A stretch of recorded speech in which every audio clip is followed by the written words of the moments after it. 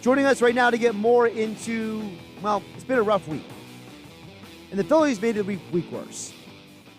You get swept by the worst team in the National League. What the heck is going on? Mike McGarry, Press of Atlantic City, joins us right now here on the Sports Bash on 97.3 ESPN on a happy hour Friday edition of the show. Mike, how are you doing today? It's not very happy for the Philadelphia Phillies this week. I, however, am doing fine, basically. So you're doing better than the Phillies. That's the good news, right? It's not hard. That's a low bar, to be doing worse than the Philadelphia Phillies right now. That is true, even though the Eagles tried their best last night. So, Mike, I got to ask you, though. I mean, listen, it was one thing to lose 2 out of 3 of the Dodgers and 2 out of 3 of the Reds. But to get swept by the Diamondbacks that have trouble scoring in every single game. Mike, what the heck is going on here? Well, they're just not hitting, as I wrote today in my must-win column. When they had that win streak, they hit 18 home runs. They won 8 in a row, and they're just not hitting the ball right now. And it's up and down the lineup. It's Brad Miller at first base in place of Hoskins. It's Alec Bohm at third base with a huge disappointing season. It's JT Realmuto with his lowest slugging percentage since 2016. It's center field, which has been a dead spot all season. It's Gene Segura, who's batting about 260 since the All-Star break and is returning to kind of the back of his baseball card. It's Stevie Gregorius, who's not having a great season. It's Andrew McCutchen, who's been inconsistent. This is a team with flaws, but it was supposed to be able to hit those flaws. They did so for 8 games, and now when you look back at that 8-game winning streak, and you see that 4 of those wins came against the Washington Nationals, and 3 of those wins came against the New York Mets, you say to yourself, hey, maybe that winning streak says more about the Phillies' opposition than it says about the Phillies themselves. What I'm also thinking about is the fact that, the Diamondbacks did just come off a series with the Padres where they scored 24 runs in 4 games. So I kind of have to wonder, did they just catch Arizona at the absolutely wrong time? Like, did Arizona just suddenly figure out how to play baseball and the Phillies were just happened to be the victims of it? Yeah, Arizona has won something like 38, 39, 40 games, but they have been playing better than that recently. They took 3 or 4 from the Padres the weekend before, hosting the Phillies. So you're catching Arizona when they're swinging the bats well, but that doesn't excuse you for scoring 0 runs against them. It'd be one thing if they lost games, 8-7 or 8-6 or something like that. Arizona has the worst pitching staff in the National League. You should be able to muster more than, what do they have, 11, 12 hits the entire 3-game series? So, yeah, you're catching Arizona on an upswing, which is great, but you can't be losing games 6-1 or getting 3 hits in a game. If you're going to lose to them, you should be losing like 5-4, 6-4, 7-5, something like that. So it does not excuse the offense whatsoever. Mike McGarry joining us here on the Sports Bash on 97.3 ESPN as the Phillies continue their road trip on the West Coast, taking on the Padres this weekend. They have now lost 4 straight, including a sweep to the Arizona Diamondbacks.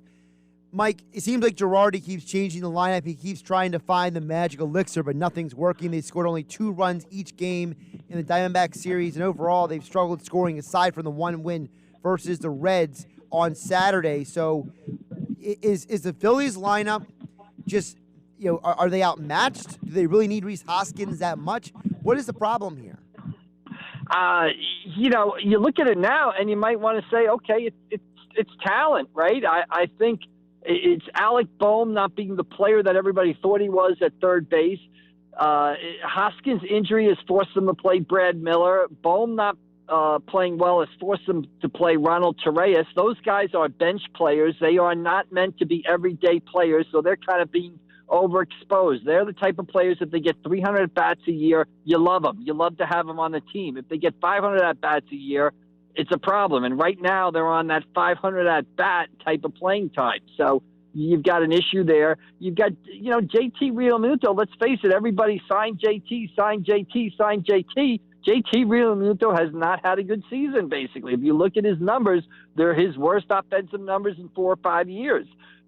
Center field, as I mentioned before, nothing from Jankowski, nothing from Abdul Herrera, nothing from, any of the other guys that have filled in there. So, sometimes you say, why aren't they hitting? What's wrong? What's wrong? Maybe what's wrong is they're just not that good.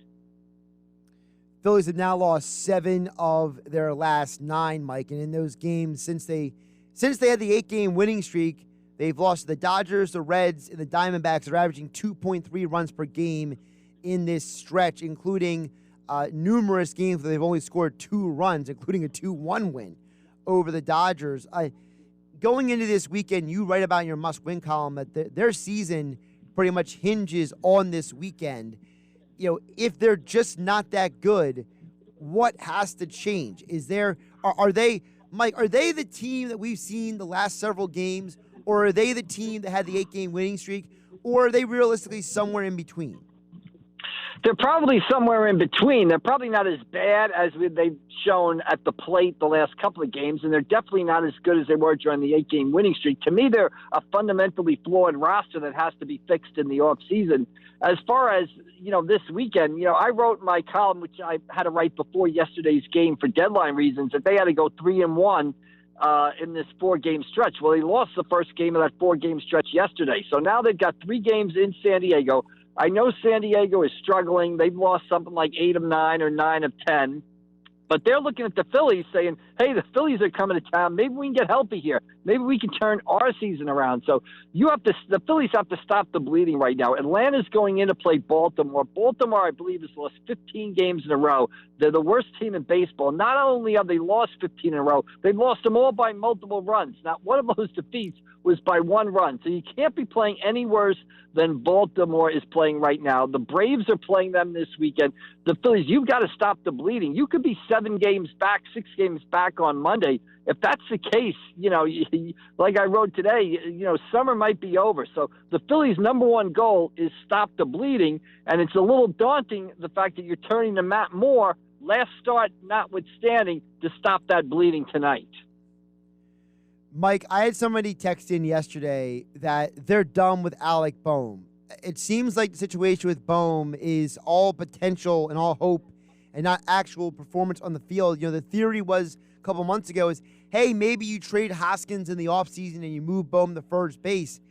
Mike, I'm starting to wonder if you actually – is the Bohm experiment going to work out? Should they keep with him? Did they mismanage his development? Did they maybe ask him to come up too soon?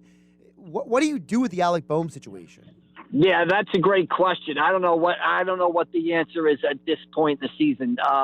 He showed a lot of potential last year. He hit the ball well, but when you watch him hit this season, the ball just does not jump off his bat. When you watch him in person, he does not hit with power, and he is a big guy. So you've got a real question there as to what position he can play. He can't play third base. He can't play first base. I know everybody says, well, the National League might have the DH in next season, but that's not the way teams utilize the DH today. They don't have one guy designated to be the DH. They like to move it around, and you look at the Phillies, they got a right fielder that's going to need the DH as he gets older with his back issues. They've got a catcher who they've invested a lot of money in who's going to have to DH, right? So they've got position players that they can sort of filter through that DH position right there. So you're not going to have an exclusive DH, and that's not the way teams really use the DH today. The days where you've had David Ortiz and Edgar Martinez as sole DHs for teams are pretty much over. So Bohm is an interesting question. What you don't want to do is give up on him and see him go somewhere else at 25, 26 and find himself and have a great career. But they might have to take the Spencer Howard route with him, saying he is not what we thought he was, or at least he is not here, and we'll trade him and get a pretty good player back in return. Is it also maybe something you got to package him with somebody else to get that other player in return? Theoretically, how Philly fans are. They want the biggest name humanly possible. That might not be possible if you're just going to trade Alec Bohm. Well, I agree that in the offseason, the Phillies roster is flawed, right? They're going to need a left fielder. They're going to need a center fielder. They've got to settle the situation at third base. They've got to settle the situation at shortstop. They've got to sort of solidify the bullpen. So this is a flawed team that needs its roster reshaped in the offseason. And Bohm is one of those players that you could package in a deal to get some other players back and sort of change the roster of the team. But obviously he would have to be part of a package now because of the season that he's had. But again, it's a conflicting question. Is it the Alec Bohm? Is he the guy we saw last year who looked like, he was going to play third base for the next 5 or 6 years and hit 25 to 30 home runs a year? Or is it the Alec Bohm we see this year who can't hit? And when a ground ball is hit to third base, you hold your breath to see if he fields it. And when he fields it, you're still not breathing because you're holding your breath to see if he can actually throw it on target to first base. So, he is one of the biggest questions that this team will have to address in the offseason. Mike McGarry's must-win column, Phillies playoff hopes could hinge on this weekend. Check it out over at thepressofatlanticcity.com. Follow Mike McGarry on Twitter at ACPressMcGarry. And as all guests, he joined us here on the Sports Bash. Mike, hope you have a good weekend, and I hope the Phillies at least win one game this weekend so we don't have to drown our misery the entire weekend. Well, they better, or summer could be coming to an early end for your Philadelphia Phillies. Thanks, Josh. I appreciate it.